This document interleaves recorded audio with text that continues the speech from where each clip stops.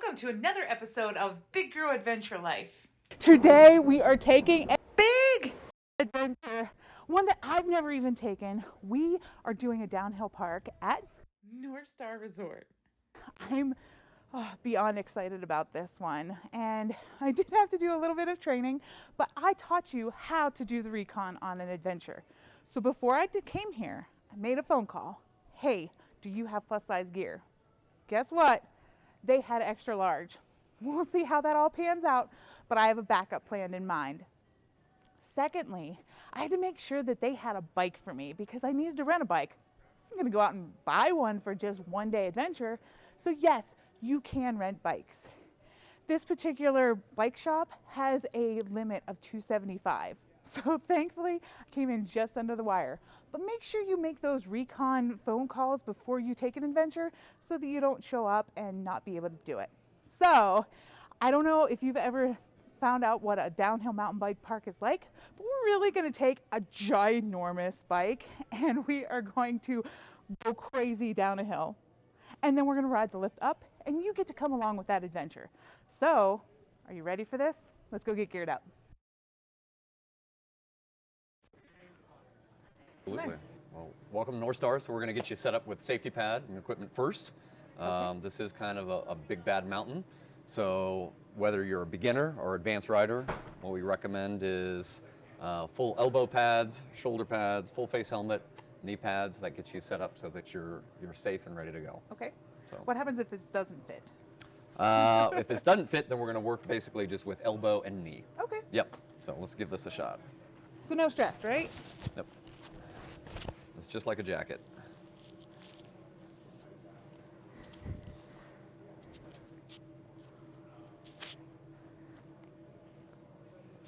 It's got a fair amount of stretch to it, so. Oh, yeah, we're good. Awesome, look at that. And there's a little kidney belt that comes around, like so. Perfect. I'm not gonna lie, this was the thing that I was so nervous about. Really? Yeah, I was afraid I was gonna show up and this wasn't gonna fit. No. Guys, No. Yeah. look at me. I'm in the size right here. I actually went to a store and bought my own, like bigger size, just so that I didn't want to feel weird. Right, right. No, you are absolutely good to go. And the nice thing about these jackets is everything stays in place, so you don't have elbow pads that are dropping. And one of the most common injuries on the mountain are shoulder injuries. So having these, a lot of people will think, well, this is a little bit overkill. This is not overkill. This Perfect. Absolutely will keep you safe, and it's a great fit. Okay, great. Awesome. Then what's next? Next, let's check knee pads.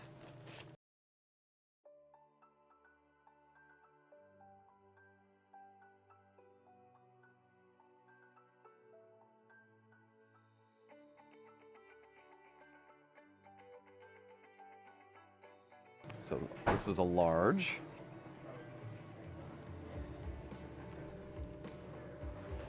There we go. And it should fit tight enough that it kind of pushes your cheeks in like a little chipmunk. Yeah. Okay, perfect. Looks good. What do you think? Looks great. Good to go. Okay. Yeah. Okay, guys, we are all geared up, so that means we are going on adventure. Let's head out the door. Go! Let's do it.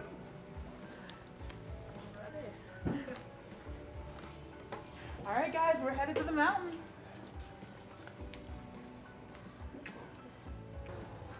Okay, so before we can get on a bike, we do have to remember some important things that are gonna make this trip even better for you. First off, bike shorts.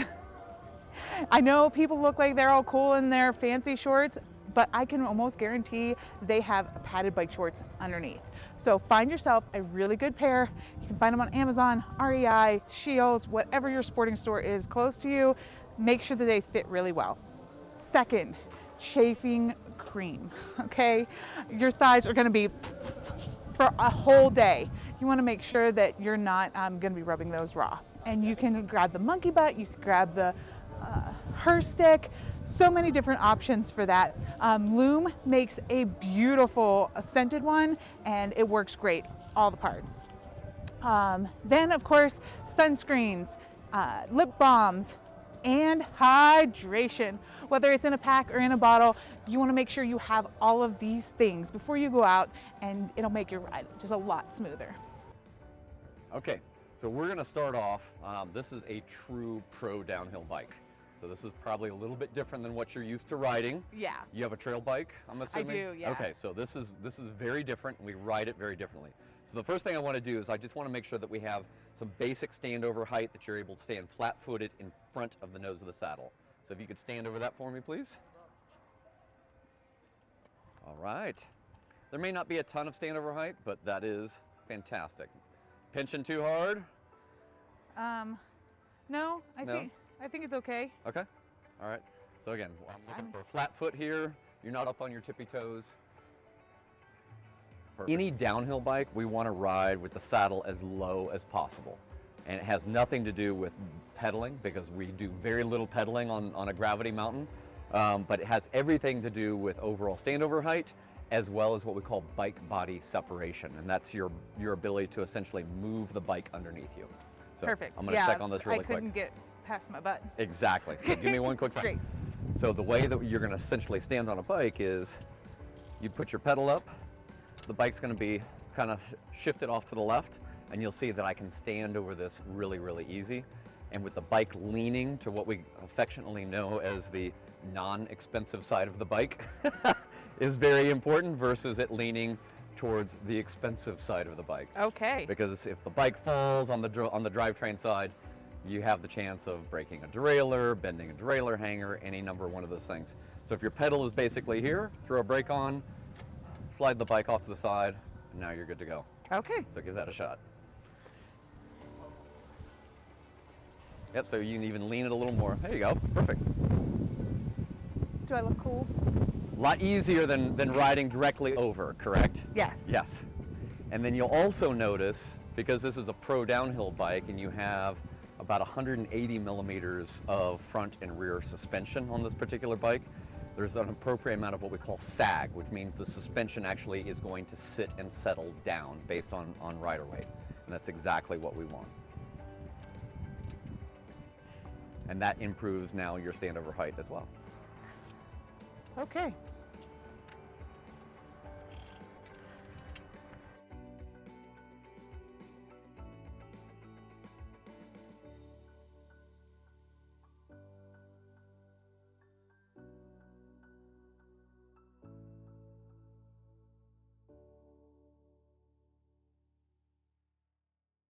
So they'll grab your bikes and they'll actually hand them to you. You just have to remember the name of your bike.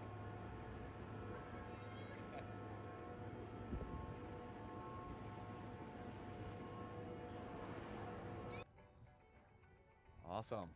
All right, we are here at the top of Mount Pluto. This is the top of our Zephyr, looking out over this amazing vista. We're about 8,000 feet.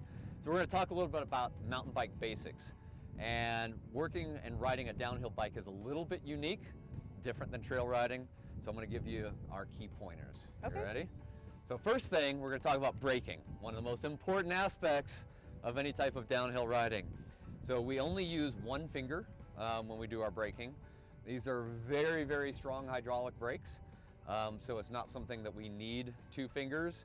And I want to have basically a large percentage of your surface area of your hand here on the bars. When we brake, I want your fingers pointed in towards your front tire. This does two really important things. The first is, when I point my fingers towards the tire, it changes the pressure point on my hand from here, which wears your hand out, to the meat of your palm.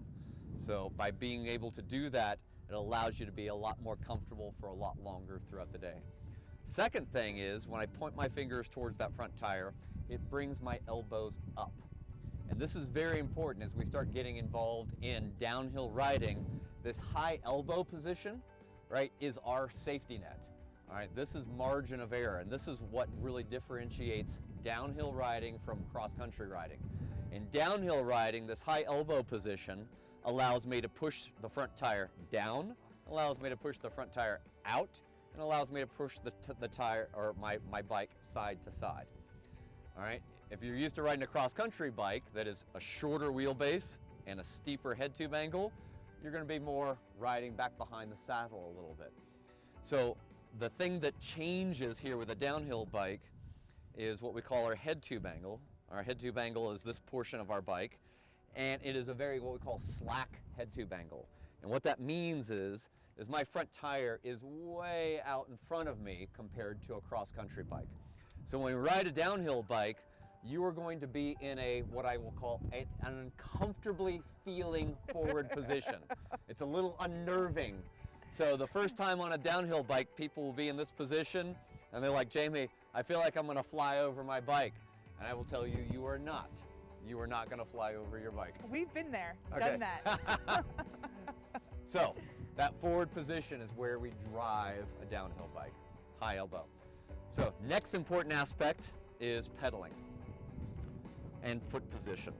So when we're on the trail, foot placement is kind of what we start with. Our axle of our pedal is called a spindle. And what I want to do on a downhill bike is I want the center of my arch to be right across the pedal spindle. So from a foot position standpoint, that's where I want to be. If you are on a bike, a trail bike, and you're doing a lot of pedaling, a lot of climbing, you're typically going to be more what we call ball of foot across the pedal spindle. But since we're not pedaling much and we want great stability and we want your body weight really centered over the pedal, we're going to go center of arch. Next important thing, if we are not pedaling, we are coasting down a trail, which is again going to be 98% of today, we are always what we call level pedals. So that's where the crank arms are parallel with the ground, either right foot forward or left foot forward. We're always level pedals. Why might that be important? So your weight and your hips are even to move and bounce and. That is absolutely correct, but there's one really more important issue over To that. keep them off the rocks and ground Yes. and high centering. Exactly, exactly. Yes, if I'm on the trail and I have exactly 6.5 inches here from the ground and I come across an 8-inch rock and I hit this, I'm gonna severely hurt my toes, my foot. I'm gonna hit that pedal and my bike is gonna go all kinds of places where we don't want it. So very, very important. We're always level pedals. Unfortunately, I've been there, done that too. You've had some experience with this. Yes, I've gone over my handlebars on a horse trail and cracked my helmet. Oh my gosh. I've broke my pedal doing that exact same thing on a bike pack trip down in South Lake, Oh, going wow. to Star Lake. Okay. So yeah, You have personal experience. Once you do it once, you typically figure it out really quickly. So on our downhill bikes, we're going to have essentially two body positions. We're going to have a rest position, and our rest position here is going to be level pedals. I'm kind of demonstrating. I ride right foot forward. My rest position is a soft elbow. It's a soft knee. I'm just nice and loose. I'm just relaxed.